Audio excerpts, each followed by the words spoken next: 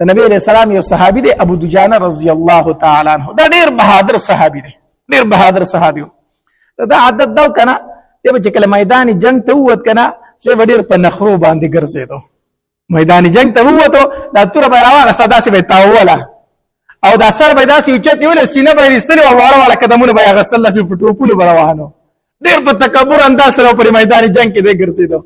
یو ځل دی داسې په میدان جنگ کې روان دی چې نبی علیه السلام پې نظر شو موسکی شو وایي خندل یاره د ده د انداز نه دی دا الله ته ډېر ناخوښه دی دا داسې انداز الله ته ډېر زیات ناخوښه دی خو په میدان جنگ کې ګورې نه په میدان جنگ کې الله داسې انداز وخوښوي وی نور دا د تکبر انداز دی الله یې نه خوښوي الله د تکبر اندازو نه خوښوي څومره چې د عاجزي کوله دومره به د الله اوچتی الله تبارک وتعالی ته سر ټیټ خوند کوي سر اوچت الله ته خوښ نه دی څومره چې عاجزه ګرځي دومره الله ته ته محبوب وي دومره الله ته ته خوښ یې د دې وجې نه حدیث مبارک کې راځي نبی علیه السلام فرمایي چا چې د الله د وجې نه عاجزي وکړه الله به یې اوچت کړي الله به یې څه کړي او چا چې تکبر وکړه الله به یې راتاو کړي نو د ابو دجانه رضی الله عنه په تکبر سره میدان جنگ کې ګرځېدو دا توره به یې داسې تاوله سینه یې رستلې وه نو نبي علیه السلام چې ولیدو داسې یې موسکی شو دا انداز الله ته ډېر ناخوښه دی دا د تکبر انداز دی خو په میدان جنگ کې نه یو میدان جنگ کې الله ډېر خوښوي دا انداز الله ډېر خوښوي د دې وجې نه د کافرو مخکې به ځان عاجزه نه کوي میدان جنگ کې داسې به ګرځي چې کافر ته پته ولګي چې یاره د ده خو زه د یو ګزارم نه کېږم اوس جنگونه د ګولو دي د ټوپکو دي وړوکې ماشوم یا ډزو کې غټ سړی ورته وکړي مخکې به جنگونه د زورو د طاقت په وو ابا آمنے سامنے جنگو په توره به جنګو نو ابو دجانه رضی الله عنه پر میدان جنگ کې داسې ګرځېدو په غزوه احد کې نبی علیه السلام خپله توره داسې راویستله یاره دا توره بس د دې به څوک حق ادا کړي چې دا توره زه هغه ته ورکړم نبی علیه السلام توره وه وی د دې حق به څوک ادا کړي چې دا توره زه هغه ته ورکړم هر یو صحابي به راته وی د الله پاک پیغمبر زه حق ادا کولی شم ماله راکړه ځکه د نبي علیه السلام توره وه د هر تن مقصد دا چې دا ما ته راکړې شي هر صحابي به راته وی د الله پاک پیغمبر زه حق به زه ادا کړم ما ته یې راکړه خو نبي علیه السلام نه ورکوله ابو دجانه رضی الله تعالی راغی وی د الله پاک پیغمبر د دې تورې حق څه دی لومبی راته هغه ووایه د دې تورې حق څه دی نبی علیہ الصلوۃ والسلام ورته فرمایل وی د دې حق دا دی چې په دې باندې دومره کافر قتل کړي شي چې دا توره په کګه کې دا توره په سکه کګه په کې دا د دې تورې حق دی وی د الله پاک پیغمبر دا حق زاده کول شي ما ته توره راک دا حق زاده کول شي دا توره ما ته راکا د نبی علیہ الصلوۃ والسلام ورله توره ورکړه وی او ابو دجانه د دې تورې حقدار هم تی د دې حقدار هم تی هغه توره هغه ته ورکړه نو بهرحال د په میدان جنگ کې ډېر یو عجیبه اندازو نو بیا په غزوه احد کې مشکل راغی په مسلمانانو باندې سم مسلمانانو سټیم کې پسپایي اختیار کړل نبی رسول الله سره ډېر مخصوص صحابه کرام پاتې شو په هغه صحابه کرامو کې یو ابو دجانه رضی الله تعالی عنہ د نبی رسول الله سره پاتې شو نو چې کله په نبی رسول الله سلام باندې دا ډېر ګډ وډ گزارونه شروع شو د غشو د تورو کنه د ابو دجانه رضی الله تعالی راغی او نبی علیہ السلام ته مخامخ ودرېدو نو کافرو ته اشاره کړه او نبی علیہ السلام ته مخ دا غشي براتله د بوتل خپل شا اړه ولا راړه ولا پدې به دا غشي خوړل او د نبی علیہ السلام نه به منع کول پدې شا نبی ته ورسته صحابي تاسو کو د ابو دجانه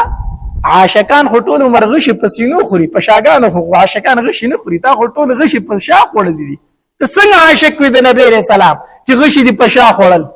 هغه ورته بالکل خبره دي ټیک د چې عاشقان غشي پسینو خوري خو کومه دا سینم دشمن ته مخامخ کوله زما شاد محبوب صلی الله علیه وسلم تراتله ما چې کله دشمن ته مخکاو سینه کوله غشو ته ما نو زما شاه نبی علیہ الصلوۃ والسلام تراتله نو ما دانش برداشت کوله چې زما شاه دی نبی علیہ الصلوۃ والسلام تراش نو ما نبی علیہ الصلوۃ والسلام ته مخکو او خپل شام غشو ته ونیوله زدا سي عاشق د نبی علیہ الصلوۃ والسلام یو دغه عشق د نبی علیہ الصلوۃ والسلام سره د صحابه کرامو ښه دا عشق چې نبی علیہ الصلوۃ والسلام او فرمایل ویزان خپل اهل او عیال د حرامونه بچ کړي د حرامونه بچ کړي خپل ګیړې تم حرامه مغورځوا خپل بچولم حرامه موړه داغه نفس ابو دجانه رضی الله تعالی یو عمل شروع کو چې کله به د سار مونږ کېدو نو چې نبی عليه السلام به څنګه سلام وګرځاو نو ابو دجانه رضی الله تعالی په دعا ته نه سارېدو فورا به د جمعات نه په منډه وته دعا به نه کوله یو ځل نبی عليه السلام د ساره چورګه دیسي چلته نو چې څنګه نبی عليه السلام سلام وګرځاو ابو دجانه رضی الله تعالی په منډه د مسجد نه ووت نبی عليه السلام په دوه مورز باندې سارو په دوه مورز بیا داسې چلو کو د سار په مانځ کې چې نبی عليه السلام سلام وګرځاو د فورا په منډه د مسجد نه ووت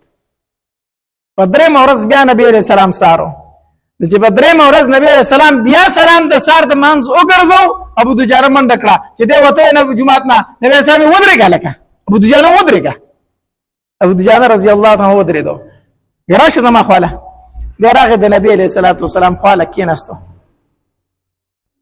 نبی عليه السلام ورته فرمایل ابو دجانه زما په خیال چې ستا الله ته حاجت نشته ده زما په خیال ستا الله ته حاجت نشته ده اذا الله پاک پیغمبر زغه الله ته ډیر محتاج یم زغه الله ته ډیر زیات محتاج یم د الله پاک پیغمبر ولې می حاجت نشته وکستا الله ته حاجت نو تابت دعا غوښتله ته دعا نه غواړي او په منډه ځي الله دې زمونږ په حال باندې رحم وکړي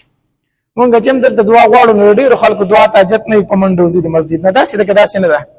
زه دلته دعا غواړم دلته د مسجد په دیوار باندې ځای نه وځي دا هغه خلک چې د دوی الله ته ضرورت نه وي دا پورا خلک راغله دي ښا دا سره راغله دي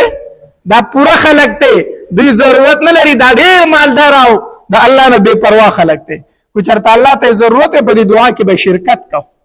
ځکه حدیث مبارک کې راځي نبی علیہ السلام فرمایي په یوسو موکو باندې الله تبارک وتعالى دعا نه رد کوي په یوسو موکو باندې الله دعا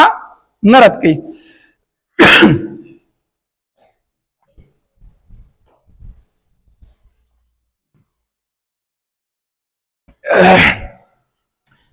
ځکه حدیث مبارک کې راځي نبی علیہ الصلوۃ والسلام فرمایي په یوسو موکو باندې الله د انسان دعا نه رد کوي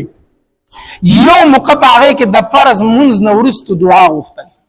د فرض منځ نه ورستو څه غوښتل دعا غوښتل په دې ټیم کې الله د انسان دعا نه رد کوي نو موږ دلته دعا غواړو دوی منډي وخی دا هغه خلک چې الله ته ضرورت نه وي دا پورا راغلي دي الله دې زموږ په حال باندې رحم وکړي نو نبی علیہ السلام ابو دجانه رضی الله تعالی فرمایي ابو دجانه کو ستا الله ته حاجت خو په دعا ته به ساري دي ته دعا نه کې په منډه د مسجد نه وځي ابو دجانه رضی الله تعالی فرمایي دا الله پاک پیغمبره زه په منډه د مسجد نه زکه وزما چې زمون کور سره په گاون کې د یو يهودي کور دی او داغه په کور کې کجوره ولاړه ده او داغه کجوري څنګه زمون کور ته راوختي دي نو د شپې د هغه کجوري نه څه کجوري زمون کور تخته غوري تراتاوي شوی د شپې زه په منډه زکه کور ته زما اسنه زما وګي بچی را پاسه او دغه کجوري راټولي کې وای نه خوري چرته نو زه په منډه زکه ځان رسوم چې کجوري راټولي کوم ای گاونډي ته حواله کوم چې ستاسو د کجوري نه زمون کړه دا دانی راتاوي شوی دا واخله اسنه چې زما کورته او زما وګي بچی را پاسې دی او دغه کجوري خوړلې اسنه زما د بچو ګیډي ته حرام چرته لاړ نشي دا الله پاک پیغمبره یو ځل مخبل بچي ولیدو چې کجوره راغستي او دا غینه خوړلې دا الله پاک پیغمبر تعالی ته مولا ګوته او رسوله کجوره میترا بار کړه ځکه زما بچي په جړا شو نو بچي می راتم په جړا شو ما وی چې هه بچو جاړای مخ پکېږي ما زدا نه غواړم چې ابو دجانه په میدان محشر کې د غل په نوم سره وبلل شي په میدان محشر کې ابو دجانه د چا په نوم وبلل شي د یو غل په نوم باندې وبلل شي د پردې کجوري پټی کړي خپل بچو له ور کړی الله دا خبره چې ابوبکر صدیق رضی الله عنه ووري دی خواته ولاړو د سترګو نه وښ کې روان شي تاسو ونه کو پورن هغه کور ته ځاني ورسو د يهودي کور ته يهودي ته وی دا کجوره چې په څومره ریټ خرڅای په مایرا خرڅکا هغه په دوچن په ډیر ګران ریټ باندې کجوره خرڅکړه او واپس راغی وی ابو دجانه اوس دې بچو ته دغه کجوره ورکو چې خوري ماته د پاره واغستله ما ستاده پاره واغسته دا نبی عليه السلام سره مینه و دا د نبی عليه السلام سره محبت و دا د نبی عليه السلام سره عشق و چې نبی عليه السلام فرمایل حرام نزان اوساتای دا سوال نه پیدا کیږي چې دا غي صحابي هغه معشوم بچ ګډي ته حرامت